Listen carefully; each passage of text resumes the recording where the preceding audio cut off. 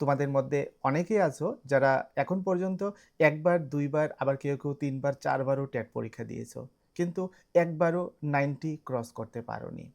অনেকে হাল ছেড়ে দিয়েছো যে, "না, আমার দ্বারাতে আর হবে না।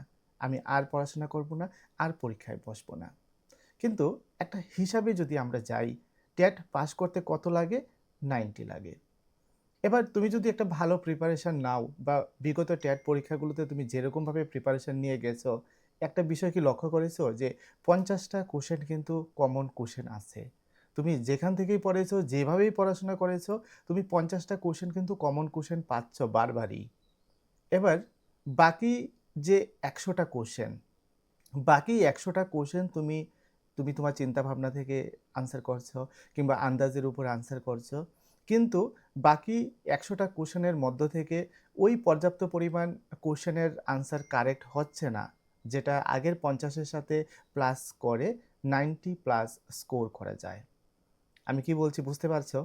কারণ ৫০টা কোশ্চেন তোমার কমন। ৫০টা কোশ্চেন তুমি ঠিকঠাক আনসার করেছো, এখানে তুমি ৫০ পেয়ে গেছো। তোমার ট্যাট পাস করতে আর কত লাগে? আর লাগে ৪০ নম্বর।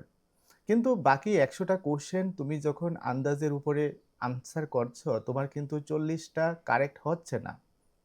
দেখা যায় যে ৩০টা কারেক্ট হচ্ছে, ৩৫টা কারেক্ট হচ্ছে। যার কারণে কিন্তু নম্বরটা ৮০ তে গিয়ে আটকে যাচ্ছে, ৮৫ তে গিয়ে আটকে যাচ্ছে, এমনকি ৮৭, ৮৮, ৮৯ পর্যন্ত গিয়ে আটকে যাচ্ছে। কিন্তু ৯০ হচ্ছে না।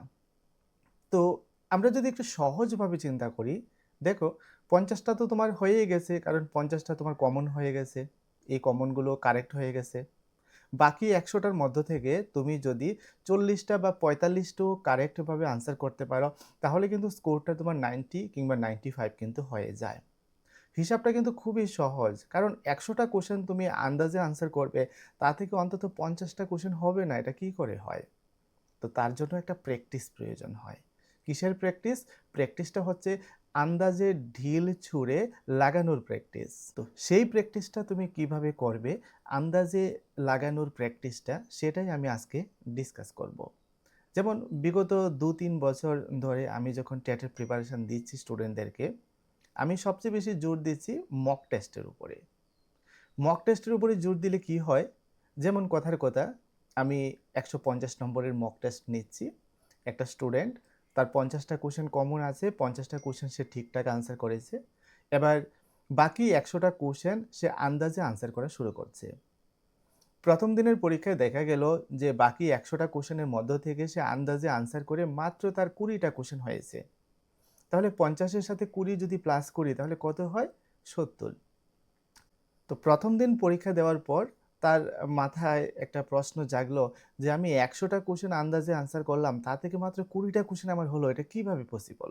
তো পরদিন সে আবার পরীক্ষা দিতে বসলো, মক টেস্ট দিতে বসলো এবং সে টার্গেট নিল যে, "আজকে ২০টা না, আজকে অন্ততপক্ষে আমার ৩০টা বা ৪০টা কোয়েশ্চেন আমার লাগাতেই হবে।" সে পরদিন আবার সেই আন্দাজের উপরে ১০০টা কোয়েশ্চেন আনসার করতে লাগলো। দেখা গেল যে পরদিন ২০টা না, ২২টা, ২৩টা, ২৫টার মতো কারেক্ট হয়ে গেছে। তার ভিতরে একটা বিশ্বাস জাগতে লাগলো যে, না, এভাবে প্র্যাকটিস করতে থাকলে আমার কিন্তু এই আন্দাজে লাগানোটা এটা বাড়বে। দেখা গেল ৩য় দিন তার সত্যি ৩০টা কারেক্ট হয়ে গেছে। তাহলে ৫০ এর সাথে যদি আমরা ৩০ প্লাস করি কত হয়ে যায়? ৮০ হয়ে যায়। তার স্কোর কিন্তু বাড়ছে। তার ভিতর বিশ্বাস জাগতে লাগলো যে, না, এইভাবে আমি বাড়াতে পারবো। এর পরদিন যখন পরীক্ষা দিল, দেখা গেল যে আবার একটু ডাউন হয়ে গেল। আবার ২ নম্বর সে কম পেয়ে গেল। কিন্তু তার ভিতরে ওই বিশ্বাসটা আছে যে, না, আমি একদিন পারবো। এভাবে সে যখন পরীক্ষা দিতে লাগলো দিনের পর দিন, দিনের পর দিন বলতে খুব বেশি দিন না, ১০ থেকে ১৫ দিন। ১০ থেকে ১৫ দিনের মাথায় দেখা গেল যে তার ৩৫টা থেকে ৪০টা কারেক্ট হয়ে যাচ্ছে। এরপরে তার ভিতরে একটা পূর্ণ বিশ্বাস জাগলো যে, না, আমার এইভাবেই কারেক্ট হতে থাকবে এবং এটা দিন বাড়বে। এবং দেখা গেল ১ মাস ১.৫ মাস মক টেস্ট দেওয়ার পর ১০০টা কোয়েশ্চেনের মধ্য থেকে ৫০টা কোয়েশ্চেন, ৫৫টা কোয়েশ্চেন, ৬০টা কোয়েশ্চেন পর্যন্ত সে কারেক্টভাবে আনসার করতে পারছে। এটা কিভাবে পসিবল? এটা আন্দাজে সে মারছে, আন্দাজে লাগাচ্ছে কিন্তু লেগে যাচ্ছে। কিন্তু এটাও একটা প্র্যাকটিস। কারণ আনকমন কোয়েশ্চেনগুলো দেখতে সে অভ্যস্ত হয়ে গেছে এবং এই কোয়েশ্চেনগুলোর মধ্যে থেকে কোনটা কারেক্ট হতে পারে এটা খুঁজে বের করার যে একটা আর্ট, ওই আর্টটাও কিন্তু সে শিখে গেছে। এটা সবার ক্ষেত্রে হয়। তুমি তোমার নিজের ক্ষেত্রেও এপ্লাই করে দেখতে পারো। এভাবে দেখা যায় তার কনফিডেন্স লেভেলটা খুব হাই হয়ে যায় এবং তার ভিতরে ওই বিশ্বাসটা একদম স্থায়ীভাবে বাসা বাঁধে, দানা বাঁধে যে না, আমি এবার টেট পরীক্ষায় ৫০ টা আমার কমন কোয়েশ্চেন থাকবে। বাকি ১০০ টার মধ্যে থেকে ন্যূনতম ৫০ টা, ৫৫ টা, ৬০ টা কোয়েশ্চেন আমার কারেক্ট হবেই এবং আমার স্কোরটা 100 প্লাস এটা আমি করতেই পারবো। তো এভাবে একটা ক্যান্ডিডেট সে পূর্ণ বিশ্বাস অর্জন করতে পারে তার পরীক্ষার ব্যাপার নিয়ে এবং পরীক্ষাতেও সে কনফিডেন্স নিয়ে যায়। পরীক্ষাতে তার ভিতরে কোনো নার্ভাসনেস থাকে না। কারণ বিগত দিনগুলোতে সে যেভাবে প্র্যাকটিস করেছে, দিনের পর দিন মক টেস্ট দিয়ে কোনোদিন সে ফেল করেনি। ১ম দিকে সে ফেল করেছে, এরপর যখন সে স্কোরটা একবার বাড়িয়ে নিতে পেরেছে, দেখা গেছে একটা পরীক্ষাতেও সে ফেল করে না। 90 প্লাস প্রত্যেকটা পরীক্ষাতেই পাচ্ছে এবং তার ভিতরে কিন্তু ওই বিশ্বাসটা কাজ করা শুরু করলো যে না, আমি ফাইনাল পরীক্ষাতেও 90 প্লাস স্কোর আমি করতে পারবো। এবার কথা হচ্ছে যে ৫০ টা কোয়েশ্চেন তোমার কমন পড়বে, ওই ৫০ টা কোয়েশ্চেন কি এমনিতেই কমন পড়বে? তোমার জেনারেল নলেজ থেকে কমন পড়বে? না, কক্ষনোই না। তার জন্য তোমাকে হার্ড লেবার দিতে হবে, কঠোর পরিশ্রম করতে হবে। ট্যাটের যে সিলেবাসটা রয়েছে, ওই সিলেবাসটা ধরে, ধরে তোমাকে পড়তে হবে। ভালো স্টাডি ম্যাটেরিয়াল পড়তে হবে। কারণ স্টাডি ম্যাটেরিয়ালের অভাব নেই, সব গতানুগতিক স্টাডি ম্যাটেরিয়াল। যেগুলো পড়াশোনা করলে ২০ টা, ৩০ টা, ৩৫ টা বেশি কমন পড়বে না। একটু এক্সেপশনাল স্টাডি ম্যাটেরিয়াল প্রয়োজন। কারণ এখন তো দেখছোই যে টিআরবিটির কোয়েশ্চেনগুলো কোন ধরনের হচ্ছে। তো ওই ধারাবাহিকতাটাকে সামনে রেখেই তোমাকে প্রিপারেশন নিতে হবে যে বিগত বছরে কীরকম প্রশ্ন এসেছে, প্রশ্নের ধাঁচটা কোন ক্যাটাগরিতে হচ্ছে, তার উপরে বেস করেই তোমাকে স্টাডি ম্যাটেরিয়াল কালেক্ট করতে হবে এবং পড়াশোনা করতে হবে। এটা হচ্ছে আমাদের স্কুল অফ মেরিটের সিডিপি স্টাডি ম্যাটেরিয়াল। তোমরা জানো যে প্রত্যেকটা পার্ট থেকে 30 মার্ক করে থাকে। আমাদের এই সিডিপিতেও কিন্তু 30 মার্ক থাকবে। এই 30 মার্কের মধ্যে তোমার প্যাডাগজি থাকবে এবং মেইন যে সিডিপি পার্টটা ওইটা থেকে তোমাদের কোশ্চেন থাকবে। সব মিলিয়ে এই সিডিপিটা প্রিপারেশন নিতে হবে।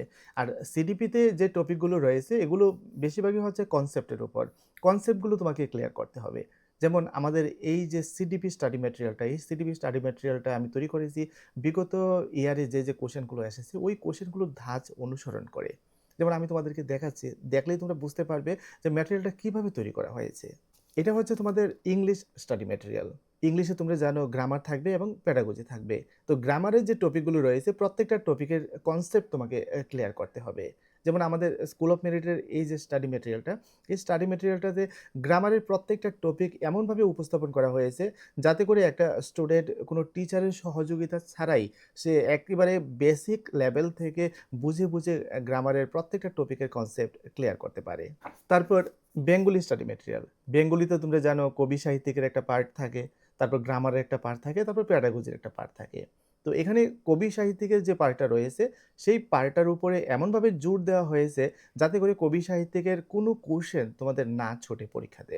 আর গ্রামারের প্রত্যেকটা টপিক খুব সহজ সরলভাবে একেবারে বেসিক লেভেল থেকে আলোচনা করা হয়েছে যাতে প্রত্যেকটা টপিক তোমরা সহজেই আয়ত্তে আনতে পারো।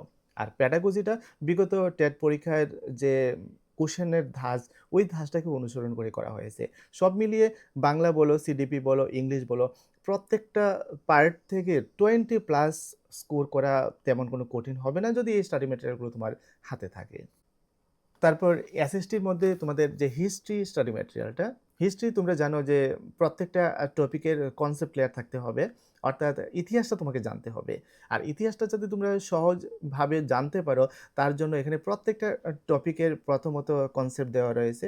তারপর সেই কনসেপ্টের উপর বেস করে তোমাদের ডিরেক্ট কোয়েশ্চেন আনসার দেওয়া হয়েছে। তারপর এমসিকিউ কোয়েশ্চেন আনসার দেওয়া হয়েছে। তো ওভারঅল তোমরা যদি এভাবে প্র্যাকটিস করো তাহলে হিস্ট্রির উপরেও তোমরা একটা ভালো স্কোর করতে পারবে। তারপর তোমাদের জিওগ্রাফি স্টাডি ম্যাটেরিয়াল। এই জিওগ্রাফি স্টাডি ম্যাটেরিয়ালও তোমাদের সিলেবাস অনুসারে প্রত্যেকটা টপিকের কনসেপ্ট ক্লিয়ার করে দেওয়া হয়েছে। তারপর প্রচুর পরিমাণে ডিরেক্ট কোয়েশ্চেন আনসার এবং এনসিইআরটি বইয়ের উপর ভিত্তি করে প্রচুর পরিমাণে এমসিকিউ কোয়েশ্চেন আনসার দেওয়া হয়েছে যাতে করে পরীক্ষাতে তোমাদের সর্বোচ্চ কমন আসে। তারপর হচ্ছে তোমাদের এই পলিটিক্যাল লাইফ। তো এই পলিটিক্যাল লাইফের মধ্যে পর্যালোচনা করে দেখা গেছে বিগত ট্যাট পরীক্ষাতে যেই ধরনের কোশ্চেনগুলো এসেছে সেগুলো কমন কোশ্চেন, সাধারণ কোশ্চেন। কিন্তু আমরা ওই কমন বা সাধারণ কোশ্চেনগুলো সঠিকভাবে কালেক্ট করতে পারি না বা বুঝে পড়তে পারি না বলে পরীক্ষাতে আনসার করতে পারি না। কিন্তু এখানে যে স্টাডি ম্যাটেরিয়ালটা আমি তোমাদের জন্য তৈরি করেছি, এই স্টাডি ম্যাটেরিয়ালটা যদি তোমরা ভালোভাবে পড়ো তাহলে পলিটিক্যাল লাইফের উপরে যতটা কোশ্চেন পরীক্ষাতে আসে প্রত্যেকটা কোশ্চেনে তোমাদের কমন আসবে। এখানে এমন না যে অর্ধেক কমন এসেছে, অর্ধেক আন্দাজের উপরে তুমি আনসার করেছো। আমি একদম হলফ করে বলতে পারি যে পলিটিক্যাল লাইফের উপরে যতটা কোশ্চেন তোমাদের ট্যাট পরীক্ষাতে আসবে প্রত্যেকটা কোশ্চেন তোমরা এই স্টাডি ম্যাটেরিয়ালটার উপরেই আনসার করতে পারবে। সব মিলিয়ে আমাদের স্কুল অফ মেরিটের এই ৬ টা স্টাডি ম্যাটেরিয়াল পাশে রেখে যদি তুমি প্রিপারেশন শুরু করো এবং আমাদের গাইডেন্সে যদি নিয়মিত মক টেস্ট দিতে থাকো, তাহলে পরীক্ষার আগে পর্যন্ত তোমার খুব ভালো একটা প্রস্তুতি তৈরি হবে, একটা কনফিডেন্স তৈরি হবে এবং অবশ্যই তুমি টেট পরীক্ষায় উত্তীর্ণ হতে পারবে। তো আমাদের এই স্টাডি ম্যাটেরিয়ালগুলো অফলাইনেও নিতে পারো বা Google Play Store এ আমাদের স্কুল অফ মেরিটের মোবাইল অ্যাপ্লিকেশন রয়েছে। ওই অ্যাপ্লিকেশনের মাধ্যমেও স্বল্প মূল্যে তুমি নিতে পারো। তো অফলাইন কিংবা অনলাইন যেভাবেই নাও না কেন 100% প্রস্তুতি কিন্তু এখান থেকেই তোমার হবে এবং পরীক্ষাতেও তুমি সফল হবে। যদি আমাদের এই স্টাডি ম্যাটেরিয়াল অফলাইন কিংবা অনলাইনে তুমি নিতে চাও, তাহলে যোগাযোগ করতে পারো স্ক্রিনে দেওয়া মোবাইল নম্বরে।